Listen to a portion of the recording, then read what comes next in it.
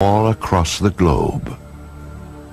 Yet if we turn back the pages of history, there are intriguing hints that UFOs have been with us all along. Perhaps even as far back as 12,000 years ago, when our ancestors found shelter in the darkness of caves. The walls of these primitive dwellings were often painted with figures of hunters and the animals they hoped to snare. Recently, other images have come to light. These tracings were made from caves in France and Spain, and they show pictures not ordinarily associated with hunting. Their shapes are very peculiar because they do oftentimes look like UFOs and saucers.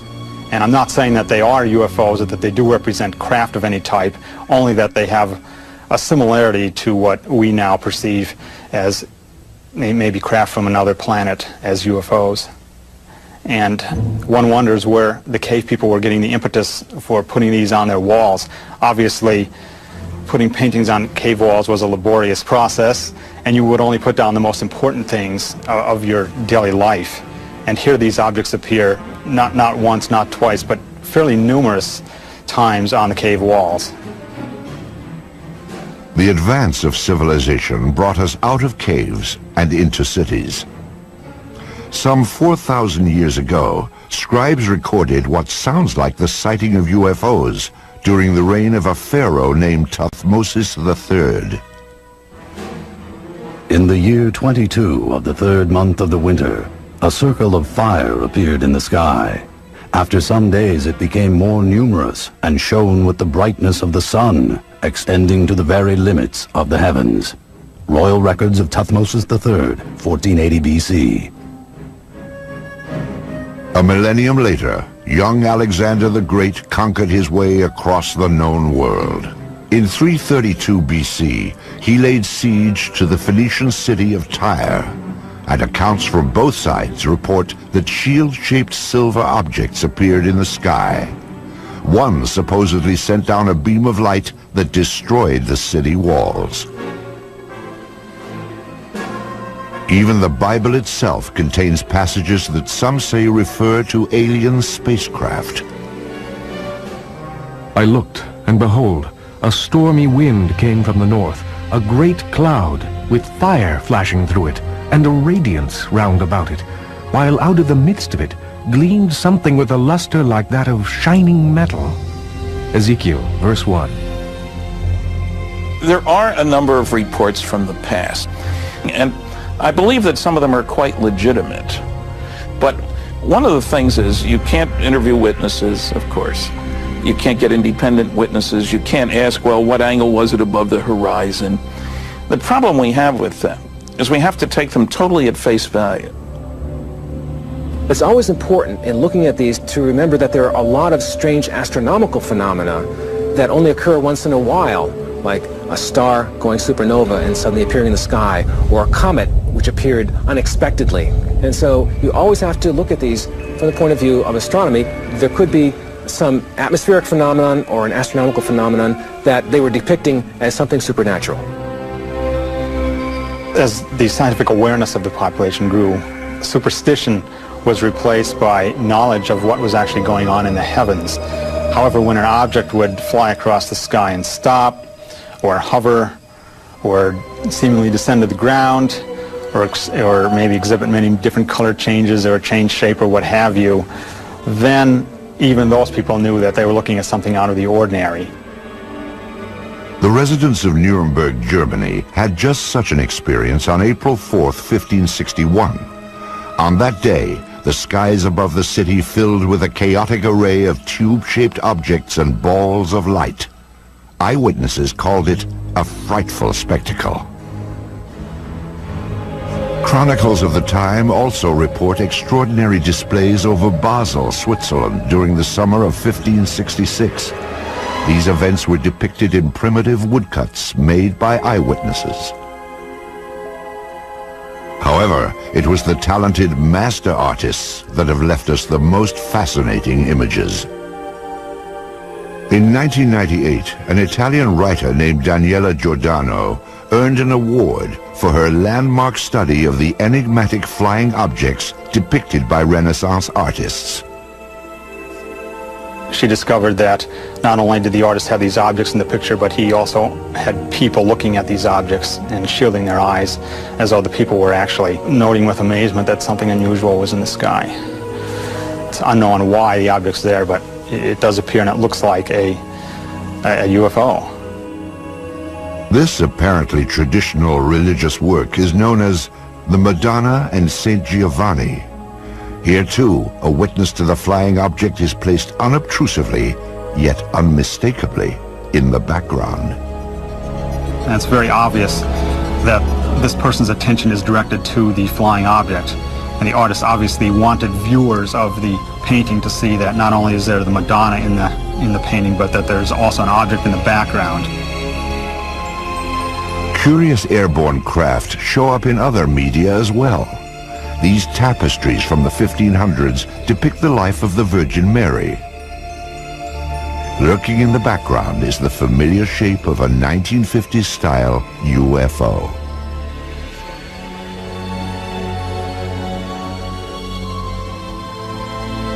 This fresco from a 14th century monastery in Kosovo prominently features what appears to be a flying vehicle. On this French coin, minted in 1680, a ray of light beams down from a colossal wheel-shaped object. Sporadic sightings continue to be recorded for the next 250 years.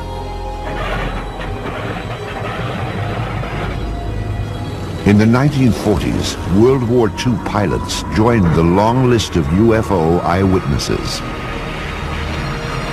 Some of these pilots would later come forward to tell their stories as interest in UFOs increased after the war. Pilots on all sides of the conflict, the Axis and the Allied pilots, reported strange objects, sometimes flying off the wingtips of their airplanes, and seemingly exhibit intelligent maneuvering. If you tried to fly the airplane toward it, the object would fly along with you and just keeping off the wing, or dive down or fly above. You couldn't catch up with it. I talked to a pilot of a B-24 bomber during World War II, and he said one circled around their airplane. Round, smooth, sleek. They all expected to die instantly because this must be a new German secret weapon and it was going to shoot them down. We sure don't have anything that looks like that and flies like that. I have one account where they actually fired out and they seemingly went through it. They didn't damage the object at all. Allied pilots thought they were secret weapons of the Germans. Germans thought they were secret weapons of the Allies, England and America, and they were even seen in the Pacific theater. However, after the war, it became clear that neither the Allies nor the Axis had produced these super aircraft. Someone else had. And they did exhibit maneuvering that, again, was much like the types of objects that were seen immediately after the war ended and called flying saucers at that time. Many believe that in July of 1947, near the top-secret airbase at Roswell, New Mexico, the United States military finally got a close-up look at these mysterious spacecraft. The Army Air Forces has announced that a flying disc has been found and is now in the possession of the Army.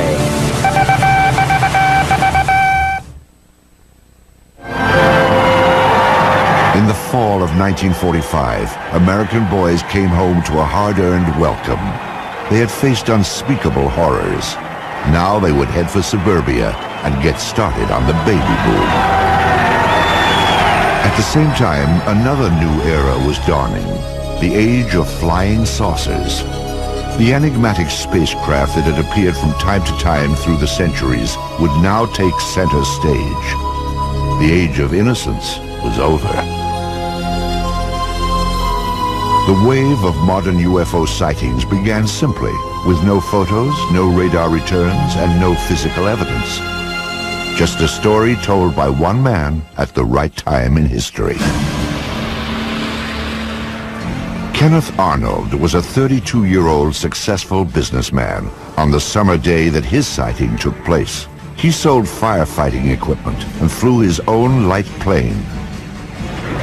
On Tuesday, June 24th, 1947, Arnold was flying toward Mount Rainier above the Cascade Mountains of Washington State. The air was smooth and clear as he reached 9,200 feet and noticed a bright flash. To the left and north of Mount Rainier, Arnold saw what he described as 9 unusual aircraft flying at over 1,200 miles per hour. As they passed the mountain, the objects were outlined against the snow. They traveled in a V formation and skittered across the sky in such a way that Arnold said they resembled a saucer skipping across water. Arnold first told his story upon landing at the Yakima, Washington airport. He sketched a series of diagrams to illustrate what he had seen. What he drew was shaped like a crescent, 50 feet long and only 3 feet thick. It had a rounded point in the rear. When seen edge on, he reported, it looked like a black line. It wasn't long before the story of Arnold's sighting startled the world. The newspapers quickly coined a name for Arnold's skipping discs. The name was flying saucers. Kenneth Arnold was soon to enjoy a celebrity status. The author of a book and the subject of magazine cover stories, he was looked upon as a combination of space-age visionary and screwball eccentric. The press would anoint him the man who started it all. In the days and weeks after Arnold's landmark flight, flying saucers became big news. Sightings were reported across the country. Indeed, at that time, more people knew about flying saucers than about the Marshall Plan for the post-war reconstruction of Europe. But one incident above all established flying saucers in the public mind. Roswell, New Mexico lies deep in the empty expanse of the American Southwest. Today, its very name conjures up memories of a supposed UFO crash and government cover-up. It is remembered as the Roswell incident. In the summer of 1947, the Army airfield in Roswell was home to the elite 509th Bomb Group. During World War II, the B-29s that carried atom bombs to Hiroshima and Nagasaki had originated here, and so would an event that gave substance to the belief in flying saucers. Headline edition, July 8, 1947. The Army Air Forces has announced that a flying disc has been found and is now in the possession of the Army. Army officers say the missile, found sometime last week, has been inspected at Roswell, New Mexico, and sent to Wright Field, Ohio, for further inspection. Walter Hott was Public Information Officer of the 509th Bomb Group. He was the official instructed to dispatch press releases to the radio station and newspapers in Roswell. The story fed the imagination of the country, but has been the source of controversy ever since. The press release that I received stated that we had in our possession parts of a crashed flying disc. The material was found on a ranch north of Roswell. Then the story abruptly changed. General Roger Ramey took command of the Roswell situation and issued a new statement. It wasn't a flying disc after all. To me, I think it was one of the slickest cover-ups by admitting that we had the material, and then a higher authority says, no, you don't. Flying saucer or weather balloon? Both Air Force stories couldn't be true. One fact was undisputed. Something had crashed at Roswell. A rancher named Mac Brazel discovered the metallic debris in this isolated rangeland outside of town. The wreckage was strewn over more than half a mile, and Brazel alerted the base, assuming a military plane had crashed. Jesse Marcel Jr. recalls that his father, the intelligence officer at the Roswell Army Airfield, had been dispatched to the debris site to determine what had crashed there. The night that my dad came home, he was very excited. He woke my mother and myself up and said he wanted to show us something very strange. And as I recall, he said this was parts of a flying saucer. I was 11, almost 12 at the time, and I had seen pieces of an airplane and weather balloons and things like that, but this was not like anything that I'd ever seen before. And the most intriguing portion of the debris that I recall seeing was what appeared to be I-beams. When I looked at this with the light reflecting on it, I noticed what appeared to be some symbols or writing along the inner surface of this I-beam. And the implication was this was something that came from some other planetary system. Author Kevin Randle researched the Roswell incident and learned more about the debris Major Marcel had collected. You have something called metal foil, been described by various people as like tin foil or lead foil. You wad it up into a ball, you drop it on the table, it unfolds itself and there's no sign of a crease.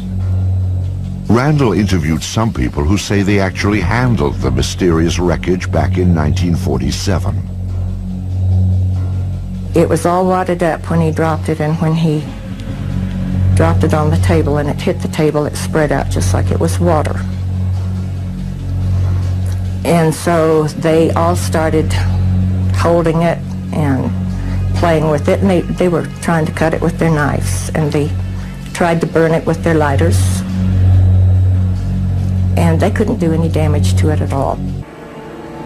There were also rumors of a second crash site with even more stunning discoveries. Frankie Rowe's father said that the fire department was called to the scene. There he had observed nothing less than actual extraterrestrial beings. They'd gotten a call on what they thought was a plane crash about 30 miles north of Roswell. And when they got out there, it was not an airplane. He said it was a flying saucer that had crashed. And there were little, what he called little people. And he said one of them was still alive. That there were two that were covered up laying on the ground. And he said they had been covered up, it looked like with body bags. And the one that was walking around there didn't appear to be hurt. Through his research, Kevin Randle has established what he believes happened next. According to a number of the eyewitnesses, the craft and the bodies were taken to Hangar 84 at the Roswell Army Airfield, where they were held for a period of time before the various flights were initiated and sent out of Roswell. Randle believes that crates containing the alien bodies and flying saucer wreckage were shipped out of the heavily guarded Hangar 84, never to be seen again. When the Air Force produced one meager weather balloon at the Roswell crash debris, many concluded it was part of a cover-up. In the 50s, there was the belief that the U.S. Air Force had proof of some sort that these were alien spaceships and was covering it up to prevent panic. There obviously was a cover-up of this accident, because years later my dad said he was actually part of the cover-up because he went along with the weather balloon story. Indeed, according to Marcel, his father revealed that he had been ordered to pose with wreckage from a weather balloon. My dad explained to my mother that this was a non-event. Don't even discuss it with your friends. Don't talk about it. I was a true Air Force brat. I believed in following the orders, you know. He didn't want me to talk about it, so we did not talk about it. These people were visited by military authorities. They were told to keep quiet. Frankie Rowe recalls such a visit from a man in a uniform. He started getting louder, and he kept saying, "Don't you understand? You did not see anything." And he had a nightstick type of thing with him that was kind of hanging on his belt. And he took that out, and he got very loud, and he started talking, and every time he would make a point, he would hit his hand with the nightstick. So he would say, you didn't see anything, you were not there. And he said, if you ever say one word about this the rest of your life, we will split up this family. If that's not enough, he said, you know, this is a big desert out here. We can take you out in the desert. And he said, no one will ever find your bodies. If this disturbing account is true, it can only be described as a death threat, a warning to remain silent about the Roswell incident. What was so vital to protect? In January of 1948, the Air Force would launch an investigation into the escalating flood of UFO reports.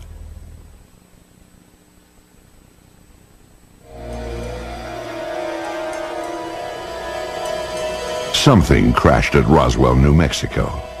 But whether the object that fell from the sky in July of 1947 originated here on Earth or somewhere in outer space has been hotly debated for more than a half-century. Perhaps it truly was a weather balloon, as the Air Force insists. If so, that would deflate one of the seminal events in the history of UFOs. However, if the object was in fact extraterrestrial, the issue then becomes, what business did it have at Roswell? At the time of the Roswell crash, New Mexico was host to the most advanced military and scientific experiments on the face of the planet. In fact, the Roswell area was the only place in the world where testing of cutting-edge radar, rockets, and nuclear weapons could all be found. Perhaps these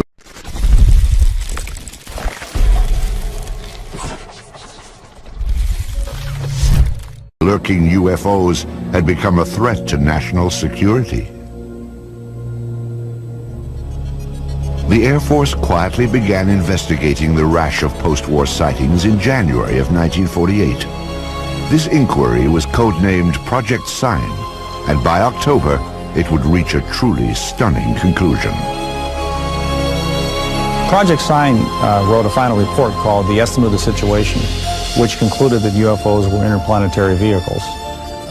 You can imagine that this didn't go over well at the Pentagon. The government could not have the idea of UFOs as interplanetary spacecraft coming out when they'd been trying to cover up the Roswell crash. It went all the way to the Chief of Staff of the Air Force, who said, I don't find this document particularly persuasive. He batted it back down and fired practically everybody in Project Sign. The people who were left at Project Sign could read the handwriting on the wall. If you said they were extraterrestrial, you lost your job. Your career was over. After the purge, the inquiry was revamped as Project Grudge, a name that may have suggested a certain skepticism. An Air Force insider actually characterized Project Grudge as the dark ages of UFO investigation. In August of 1951, this V-shaped pattern of objects appeared over Texas and became known as the Lubbock Lights. Grudge said it was a flock of birds reflecting the glow of the city. This film was submitted from Great Falls, Montana in 1950. It depicts bright white dots moving behind the smokestacks of a grain mill. The photographer described the objects as shiny, bright, and metallic, like polished silver. Project Grudge concluded that they were F-94 Air Force interceptors landing nearby. After 3 years of debunking UFO reports, Grudge was reorganized into the supposedly more objective Project Blue Book. Blue Book became the focus for public attention and press attention. But it was never scientific, it was never comprehensive. They didn't have radar, they didn't have computers, they didn't have people ready to go up, in aircraft with instruments to monitor UFO sightings. Typically, an officer, a sergeant, several secretaries, their job was primarily to try to tell us that there was nothing to flying saucers. Major Hector Quintanilla Jr. became Blue Book Director in 1963. The objectives of the program are twofold. They're the same as they have been since 1953 when the regulation was written. First of all, to try to determine if the UFO phenomena presents a threat to the security of the United States. And second, to determine if the UFO phenomena exhibits any technological advances which could be channeled into research and development. Many of the UFO reports were easily explainable as atmospheric anomalies, like this saucer-shaped lenticular cloud formation.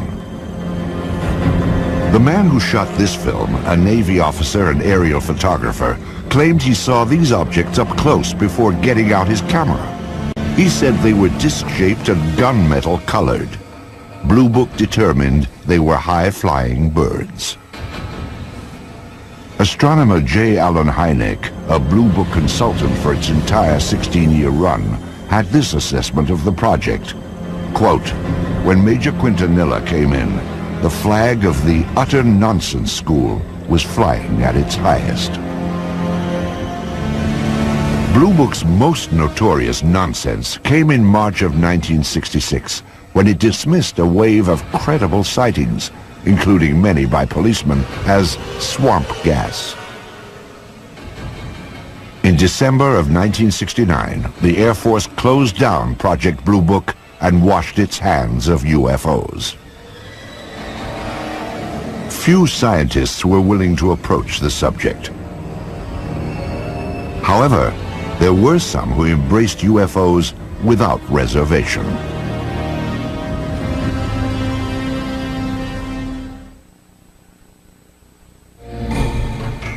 During the 1950s, the Air Force stood by its finding in the Roswell case.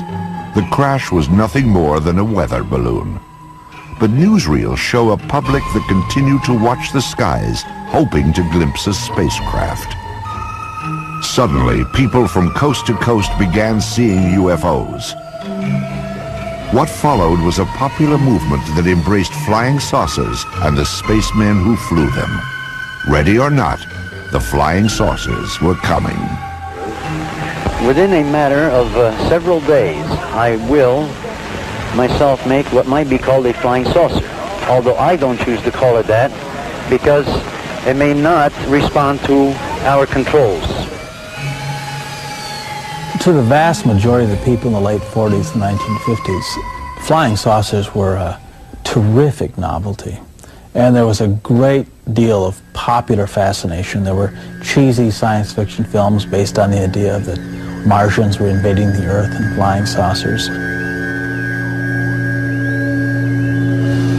Popular magazines printed on pulp paper would hit the newsstands in time to cash in on the trend and expand it to legendary proportions. The man behind those flying saucer legends was publisher Raymond Palmer. Palmer was a man who in his youth had been severely injured, and so he was crippled up, and he was what you would call a hunchback, I guess. He had the instincts of a carnival barker. He liked to put something over on you. And the thing about Palmer was that his fans liked having Palmer put something over on them. It was Palmer's Fate magazine, later called Flying Saucers magazine, which helped spread the idea of UFOs in the 1950s. Spacecraft from around the universe played across these colorful pages. It was here that the UFO was finally identified. Now everyone knew they were spaceships from other worlds.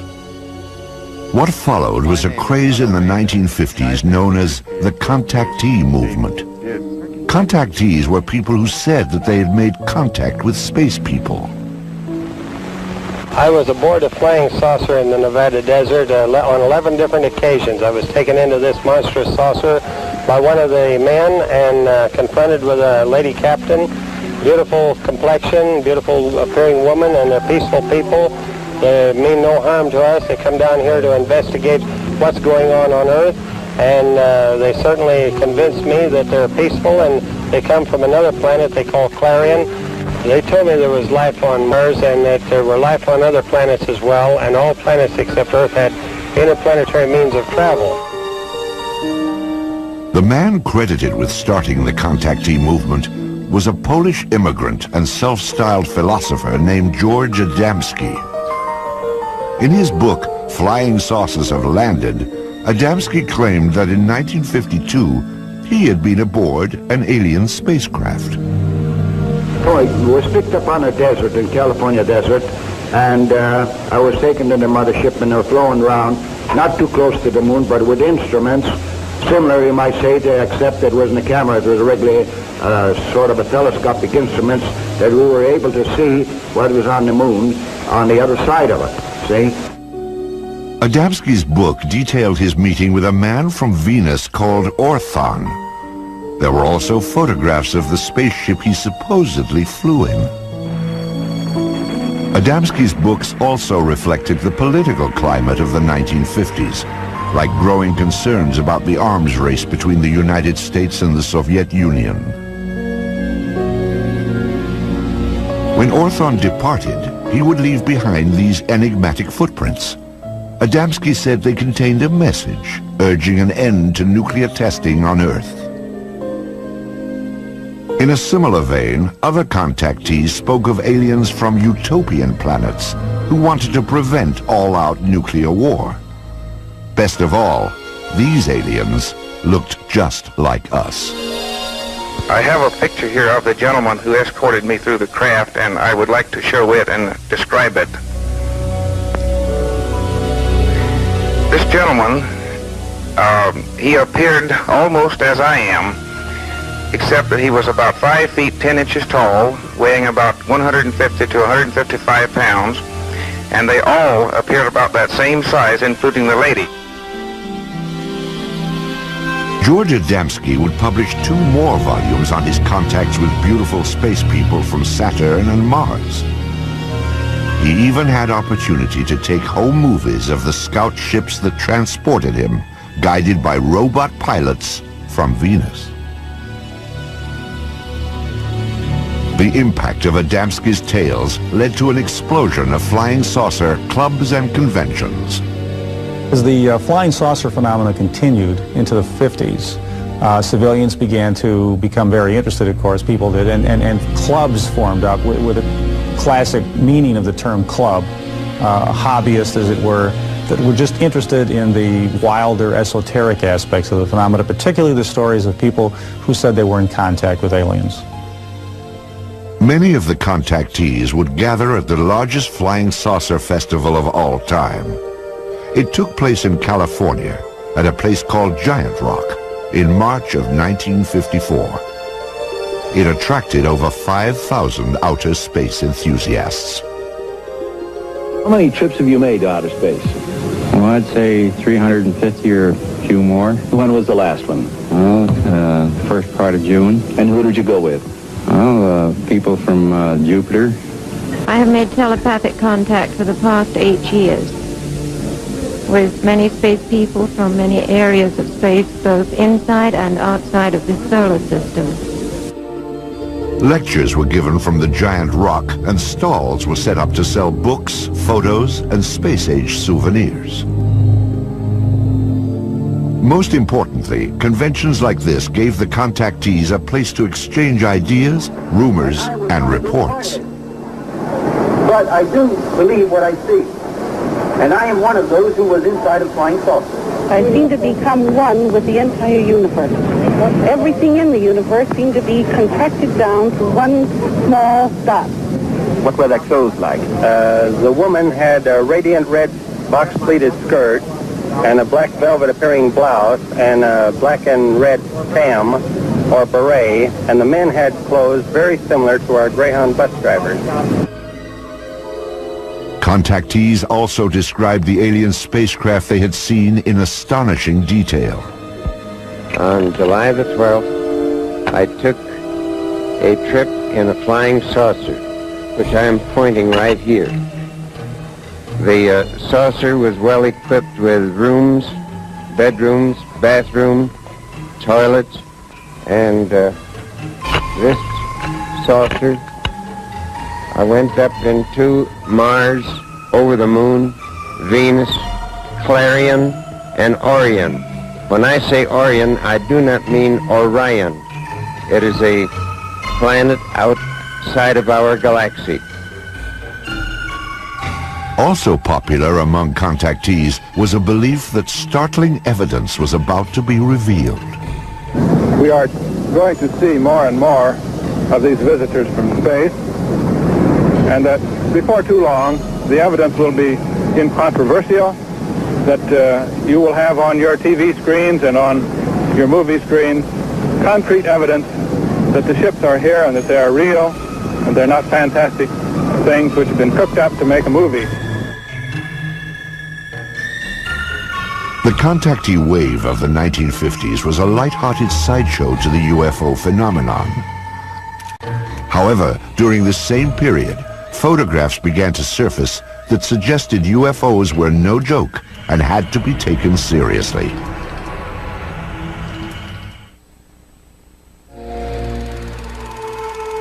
They are round, they are cigar-shaped, and they are cylindrical.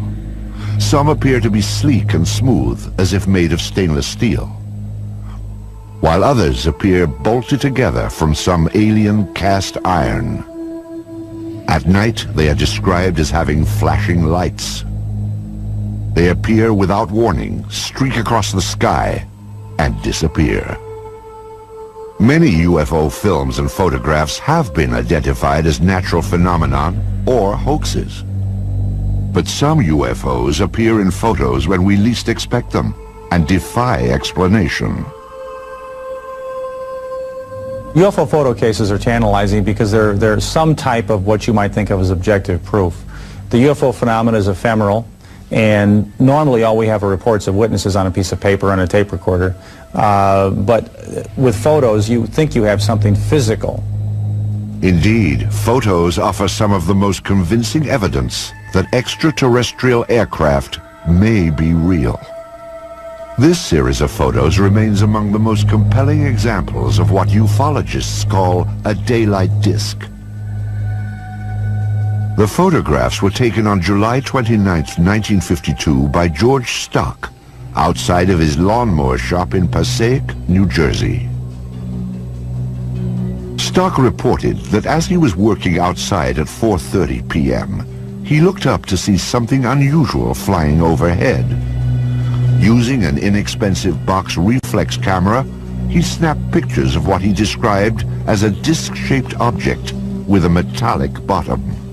It hovered momentarily, then accelerated and flew away. All that remains of this astonishing daytime visitation are a few pictures. But are photos reliable evidence for UFOs? Dr. Bruce Maccabee is an optical physicist employed by the United States Navy. His official research involves high-energy space lasers, but his interest also lies in the detailed analysis of UFO photographs. Of particular interest to Dr. Maccabee are photos which show no evidence of a hoax or misidentification and cannot be otherwise explained.